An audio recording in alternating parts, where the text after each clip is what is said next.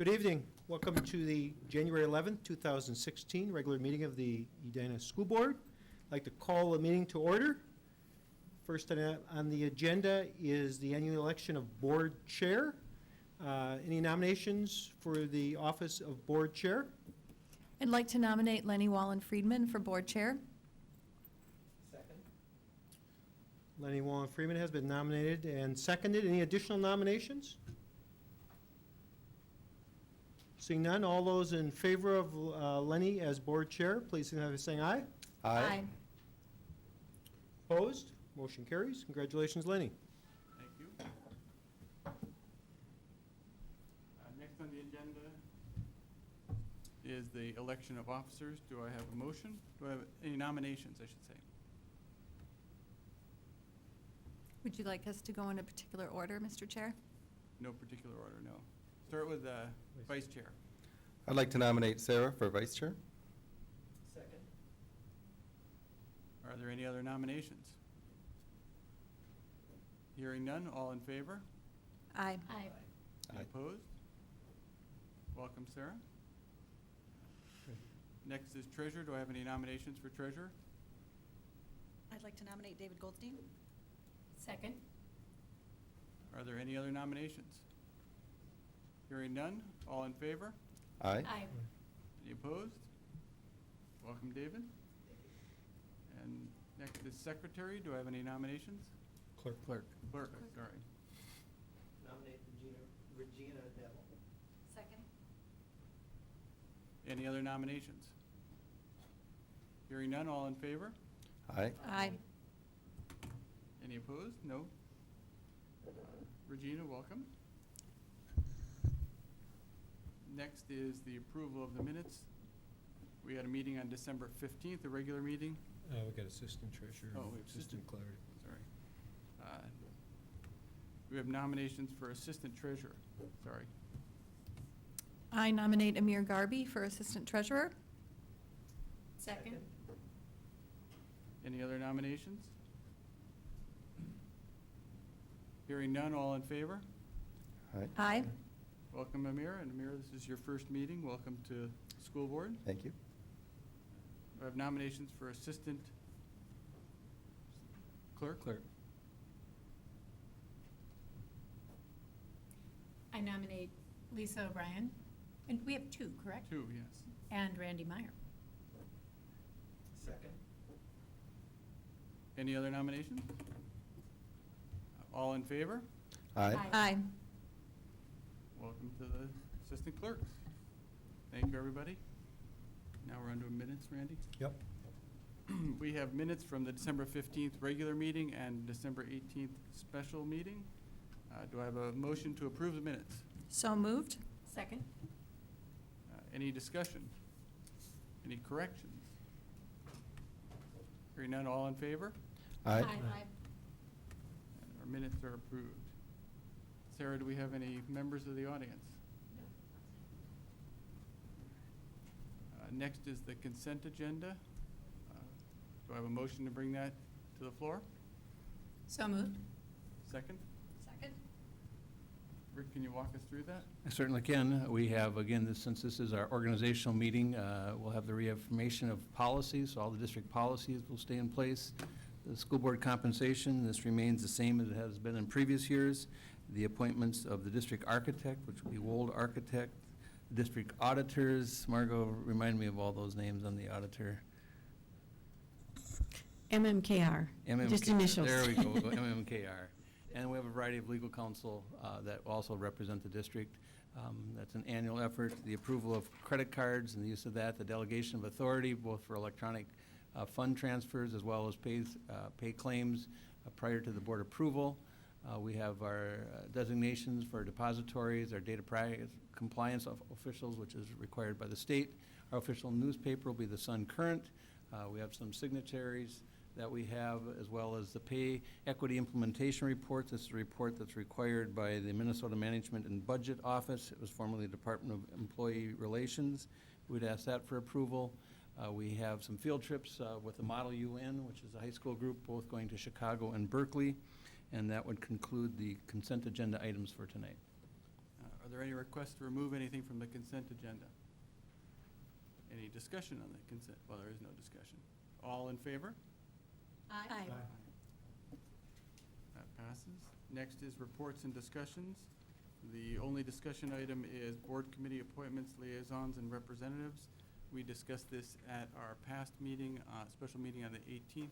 Does anybody have any changes or requests in relation to that? Are we just talking about are we just talking about the big five, or are we talking about all? The big five. Okay. Actually, at the 25th, we should be approving all of them. I'm just talking Particularly about, how, yeah, I'm just talking about discussion. yeah, okay. Will we be discussing this in our work session? I don't have it on the agenda, we certainly can. Okay. By policy, it's appointments by the board chair. So if people have questions, I think we could refer them to the board chair prior to the action on the 25th. You want me to just read off? Yes, thank you. What we have for committees, we have the Board Facilities Committee. This would be David, Randy, and Regina. The Board Finance Committee would be Amir, David, and Sarah. The Board Human Relations Committee is Randy, Sarah, and Leny. The Board Policy Committee would be Amir, Regina, Lisa. The Board Teaching and Learning Committee would be Regina, Sarah, and Lisa. All of these committees are advisory only in function. They work very closely with district administration to help shape recommendations that could be brought to the board either at a work session or for recommendation by the administration for action through the discussion process. The board also has a variety of liaisons positions that, again, will be quite consistent with what we've had in the past, but it's representation to various organizations and agencies where the district has been asked to be involved or that we need to be involved. Then each board member also has a school site that they will be kind of a liaisons again between the school board and the school sites and working with their leadership councils. There are some other board representations that are also involved. Again, would be all finalized at the January 25th school board meeting. The board can review those, and if you do have questions, I'd encourage you to contact Leny, Sarah, or me, and then we would incorporate that into the action for the 25th. There was one missing. So mental health and wellness now meets, and that's not on the list. Okay, we'll add that. Thank you. Any other questions or discussions at this time? Hearing none, we'll move on to the action items. First action item is approval of the purchase agreement with Kin Properties.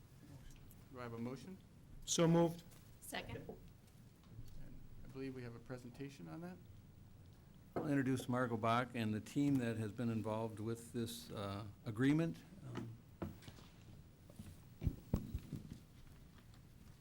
Good evening, Superintendent Dress and Board Chair Wallen-Friedman and School Board. I'm really excited to present this tonight, this particular agenda item, because it's a culmination of many years of work that predate me being in the district. It actually goes back into the, I think, 90s, that on and off the school board has had discussions about potential properties for the bus or transportation facility. Team of people has worked on this over the course of the last 4 or 5 years. I'll provide some history and background since much of our most recent discussions have been under closed session for land negotiations, but want to acknowledge David White and Eric Hamilton internally that have helped to work on this process. Our district architect, Von Dirks, Jack Rice, with Rice and Companies, Rob Lunds with Nicolette Partners, and Kathy Sella, former school board member, have all been actively involved, and Barb Ross, our district attorney for the land negotiations and purchase from Best and Flanagan here will provide more detail on the purchase agreement. So the history does date back quite a while, but I will only go back in the last 5 years because we don't need to spend that much time going back to the 90s. But in 2012, Kathy and I and Eric and David did review and take a look at some properties in partnership with the city. None of them were large enough. The ones that were available at the time were a large enough space that we needed. And then in 2013, we continued to look at a few properties but didn't find anything. 2014, you as a board approved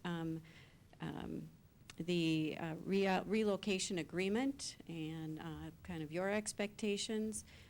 Facility Advisory Task Force included dollars and in their recommendation for a bus garage facility.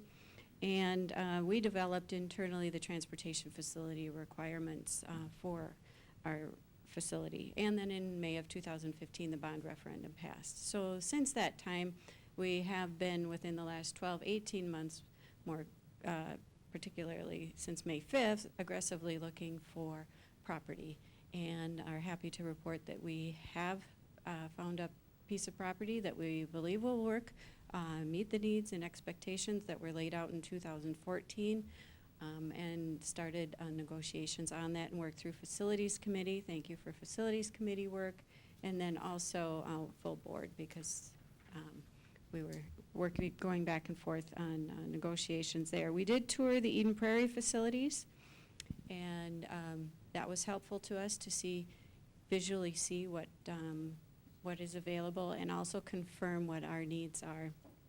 Just to give you some perspective, our drivers drive 650,000 miles a year, and that's not including summer or extra type of miles.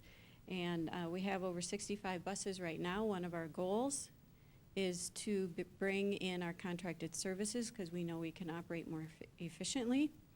And if we have them in-house, but we don't have the capacity to bring them in-house, our special ed transportation and our out-of-district transportation. So those are things we kept in mind as we were looking at what type of facility we needed, what type of land that we needed. And I think with that, I'll turn it over to Barb to give the highlights of the purchase agreement, and we have a team of people here that can answer any questions that you have.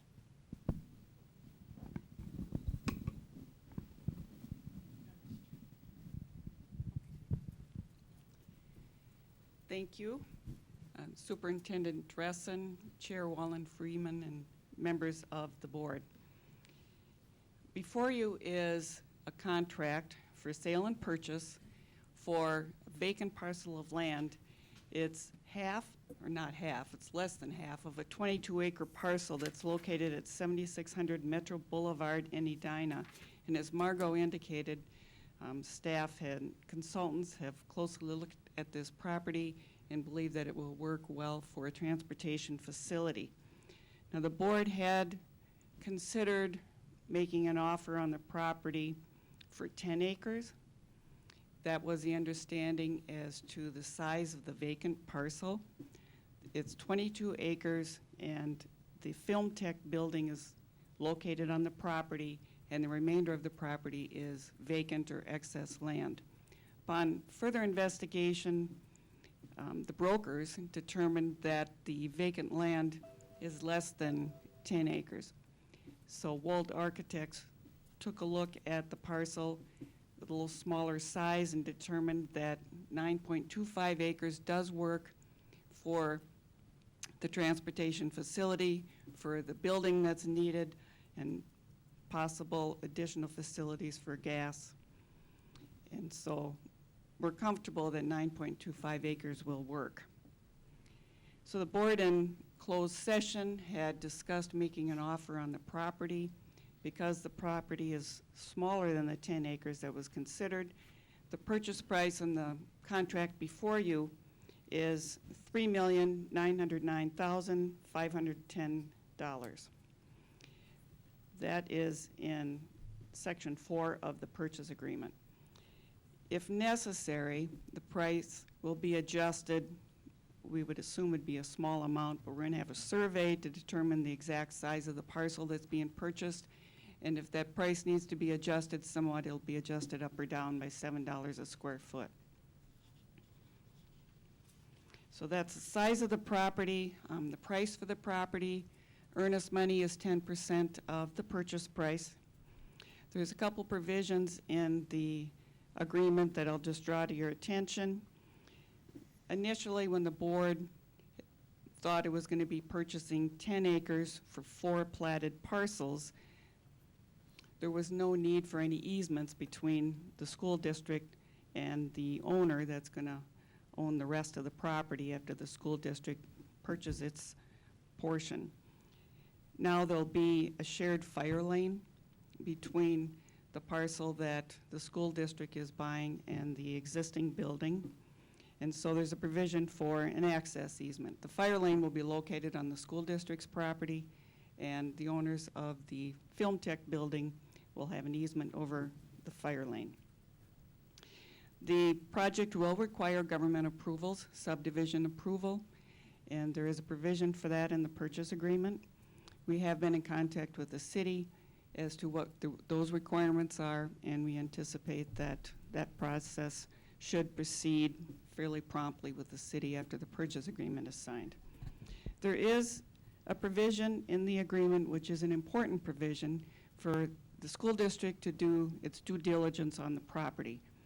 The property is being purchased as is, and there is a period of 70 days from the date that the purchase agreement is signed for the school district to do all of its investigation. Primarily, what we're concerned with is any environmental. The property owner is not aware of any environmental issues. They have not done extensive environmental investigation. They did a very bare bones report at the time that they purchased it, and there were no issues that arose. But nonetheless, as part of the due diligence, the school district will hire a consultant to do a phase 1, which is, research on any potential environmental issues of this property or neighboring property, and if necessary, do a phase 2, the next step, more intensive investigation, and that's all provided for in the purchase agreement. Within that 70 days, we anticipate that the subdivision approval would be completed, but if it's not, the purchase agreement provides that the property owner would give another 30 days to complete that process. The timing is the due diligence period, assuming no extension, would be done the week of March 23rd, assuming the purchase agreement is approved tonight and signed within a couple days by both sides. The closing would be towards the end of April. This property is being purchased in lieu of condemnation, so there is a provision in the purchase agreement that states that. An important provision is that if the school district defaults, which we don't anticipate, any damages would be limited to the earnest money. And if the owners default, the school district has a choice of either canceling the agreement or bringing an action to enforce the contract and get an order for them to follow through on the purchase. Because as Margot indicated, this has been a long process, and it's important to the school district to have this be completed. So with that, do any of you have any questions?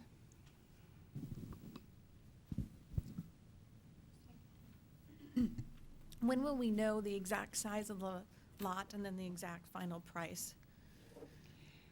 I have spoken with the surveyor that was hired by the property owner, asked that company to do an update, and they've indicated they should have that done within about 3 weeks. And at that point, we'll know what the exact size of the property is. We've done a lot of background work without actually doing the official survey. Jack and some others have been working on that to narrow to the 9.25 acres. So as Barb said, we're not anticipating that it would change materially. And Wold's not concerned about the easement, what was it, a fire easement, emergency easement, whatever it was, in terms of building out what the facilities that we need to build? No, I don't believe so.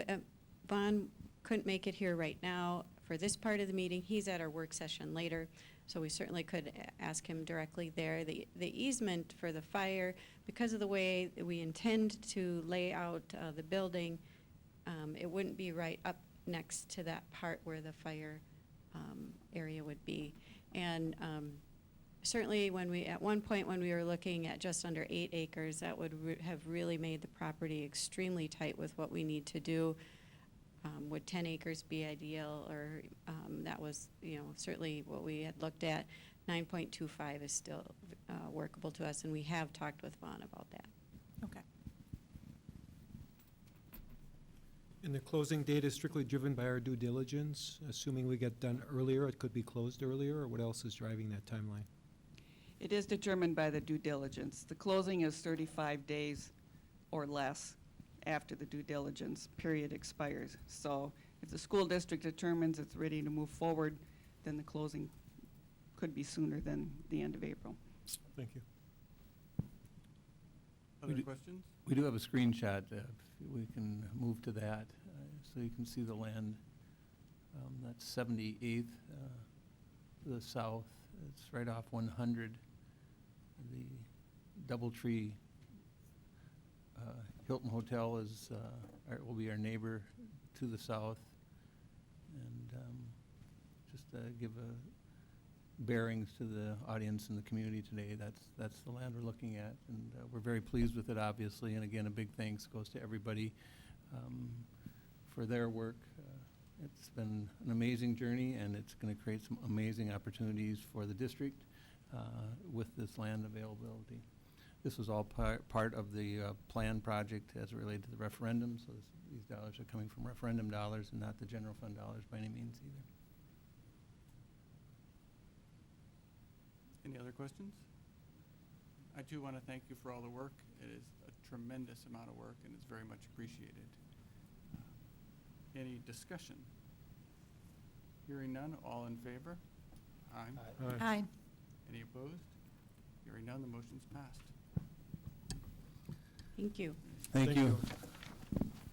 Next on our agenda is the final budget. Can I get a motion to approve the final budget? So moved. Second? And we have a presentation by Margot.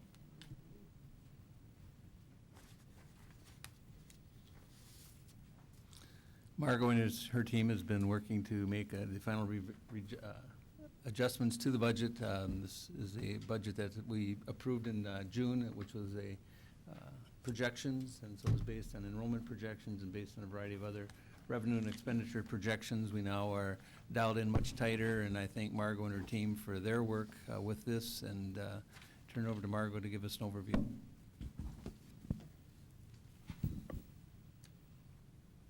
I'm excited to present this too, but for different reasons. Every 6 months I get to do this one. It's not often you get to do a purchase agreement for land, right?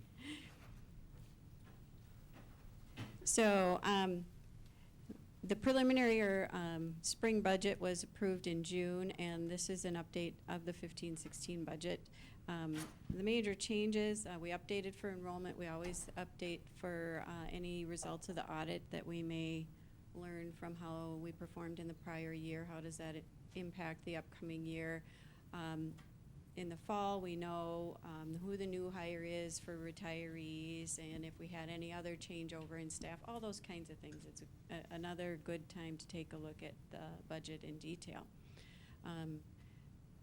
Much of the assumptions are the same as they were in the spring. We don't change those, so what the parameters that you as board set in April of 2015 are still in play. One of the major changes is that because of the audit and knowing the final results of the audit, carryovers are now added into the final budget. And that can most notably be seen in the capital area and also in the instructional supply or programming area. And I'll talk about that a little bit more in a minute here. So the updates since June are revised enrollment projections.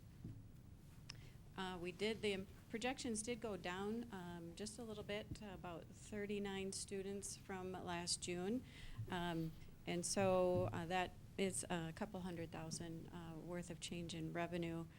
Again, supply and equipment carryovers. We do have, on the supply area, we do allow carryovers so that we don't have a use it or lose it philosophy. And overall, in total, between donations and supply carryovers, it was about $760,000. And then on the equipment side, typically, we do not carry over unless it's a special exception. Now with construction, we have in Finance Committee discussed that it is prudent for sites or program or department areas to carry over so that we're not putting equipment or making a modification in a particular area and then coming in and a year or two later ripping it out, or if it's furniture, we've decided to do something completely different with the furniture. So right now, I would have to say almost everybody across the board is kind of, they're purchasing what they need for equipment, but then also being very planful to set aside dollars so that if there's something that's needed after construction, that they have some of their own funds to go to. And that carryover was just under 800,000. So between the two, it was just under 1.6 million in carryover. And so keep in mind when you're looking at the budget total for 15-16, we do assume that it'll all be spent. We know that it won't, and that some will carry over again when we get through this year's audit, but it's not an ongoing expense when we look at a multi-year projection. I talked about the new hire salary updates. We did have some updates in ELL and special ed staffing adjustments that are student-based and depend on our student population that in the fall and their needs. And then we worked in Finance Committee and assigned dollars for next generation programming to start to prepare and financially prepare for the implementation of the next generation programming, knowing that some of that will take place in 17-18 prior to 18-19 when we would have a referendum renewal and possibly an increase or request there. So those are the major changes. You have the budget document in your board packet, and it is in 4 different sections. I'm not going to go through the whole thing tonight, but I'll certainly answer any questions that you have and just highlight the different sections. If you would like to know what has changed from the previous year, I would lead you to the executive summary that gives you more of a narrative and graphic format where we've gone up, where we've gone down, and what has changed. Organizational section talks more about our policies, and then the financial section gets in a little bit more financial detail, but not still in a summary format, and provides 4 years of history with the 15-16 budget, and that certainly is helpful to look at those trends. I would point you to pages 14 and 15. Both highlight the revenues and expenditures and fund balance in 2 different ways. And you can get a little bit more detail on just what is happening with the fund balance in the various funds. And then the informational section takes a dive deeper into the various codes and the history in revenue and expenditures to show that history, and also is it by program area, is it what we call by object, is it salaries, is it benefits, is it supplies, so you can see a little bit more detail there. Revenue history, you can see in this particular chart, it shows up really well that we received the bond funds in the building construction fund. And you'll start to see that corresponding increase in expenditures in the construction fund, and the history in our other funds of expenditures.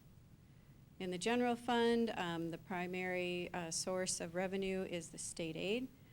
You'll see later that's about 72%, and we have local levy and federal and other local. Expenditure history between salaries and wages and supplies and benefits. Here's our revenue by source for the current year. Again, 72% comes from the state. Our expenditures, 84%, we are a service industry, 84% is on staff for providing that service. And then the remaining is on purchase services, supplies, and capital.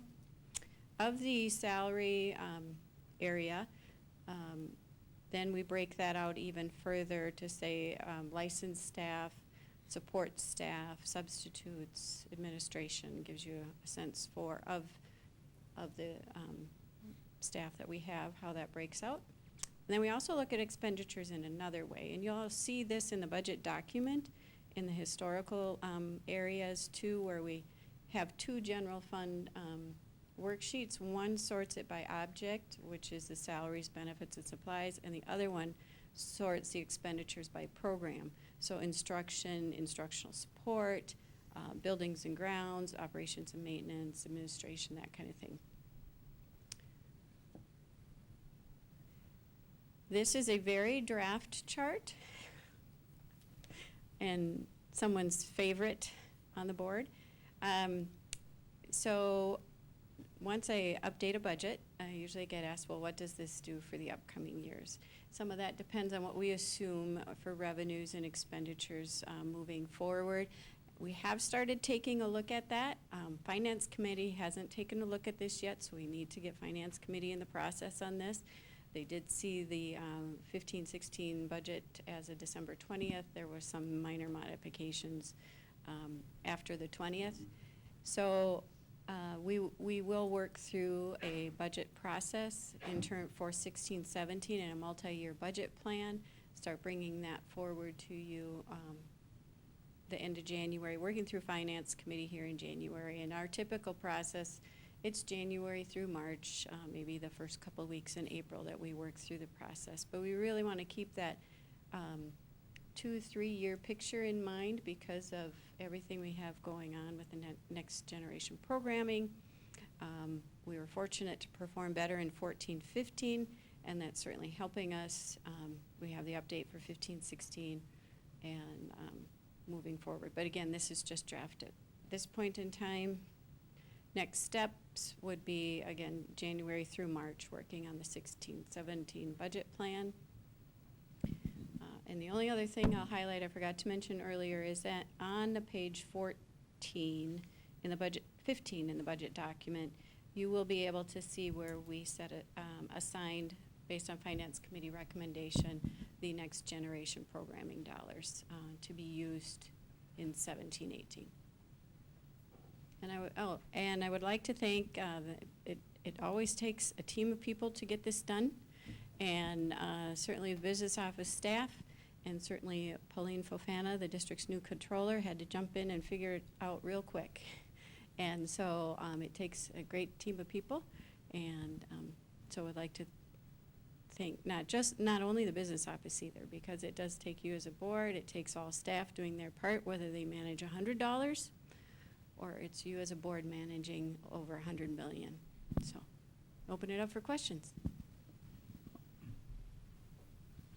There's something funny going on in food service, some additional commodities and capital expenditures. Is that just a temporary shift? Are you on a detailed sheet? Yeah, I just saw it, just that we're upside down there, page 22. You can answer it later, too. It's So with food service, the one thing that did change from June budget till now is we noticed in the audit, because of the change in the federal regulations, we had some shift in where the revenues and expenditures were. In terms of less revenue in a la carte, more increase in the regular meals, less food expenditures in certain areas. So we did fix that. Let me look at 22. It's just we're 80,000 negative, and I just wasn't aware of that, so it's not a big deal. I'm sure there's an explanation for it. I would say at this point in the budget, it would be conservative budgeting. We do, on the equipment side, because we don't know if, you want to have some dollars set aside in case a piece of equipment breaks or needs some repair. We've been fortunate, as you can see by the history, that we have not had to spend significant dollars out of food service for that.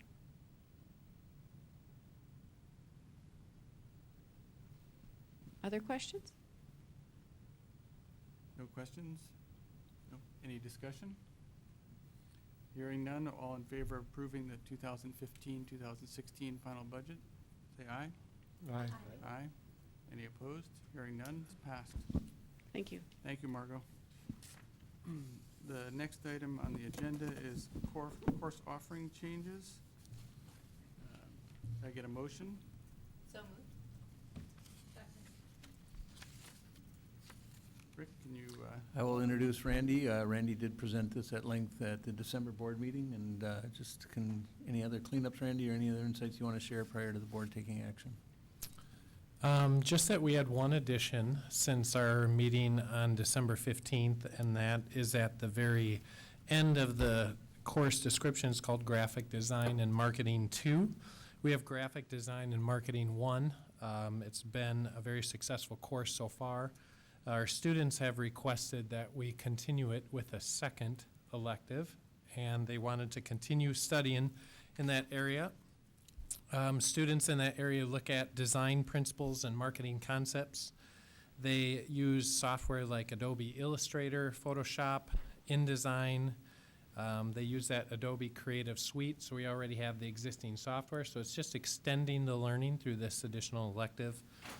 They would continue using that same software, so it'd be a minimal cost, and they work on marketing, selling, and promoting at the Southview School Store. So that was the only addition. Just a reminder that all of these course changes and additions are aligned to our educational mission and vision. That was one of the criteria. They're aligned to our educational competencies. It's a total cost of about $35,000 to $50,000 for these course changes. That's within our teaching and learning budget, so we'll say these are budget-friendly course changes. Okay, Margot? Yes. And we did present the details of these course changes at our December 15th meeting. Any questions? Any discussion? Say, Randy, I think you had mentioned, maybe I'd asked this after the meeting, but the school, I think it was regional foods and maybe school to garden are slightly shorter courses and would be combined to make one longer course. Is that still the plan, or has that changed since then? That's still the plan, that they would be combined for a longer course. Okay, thank you. Any other questions or discussion? Hearing none, all in favor of approving the course offering changes at Edina Secondary Schools 2016-17, say aye. Aye. Any opposed? Hearing none, it's passed. Next, we're on to informational items. Do you have anything, Rick? I do.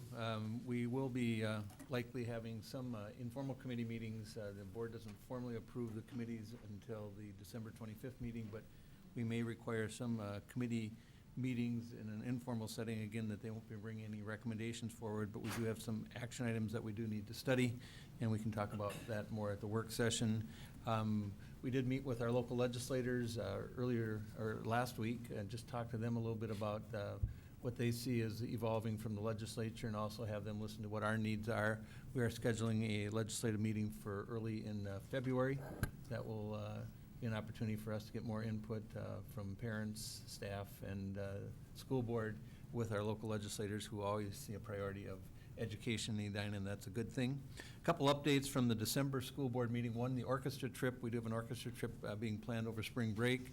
That trip is continuing to move forward as planned. We've been working very closely with our travel agents, as well as U.S. embassies and other colleges and high schools that are taking international trips to make sure we have plans in place. We've expanding our crisis response plan as well, and looking at just the whole administrative responsibilities around that, but we feel very comfortable with the work we're doing.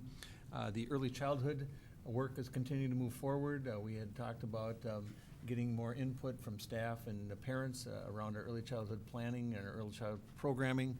That's going to be occurring in January.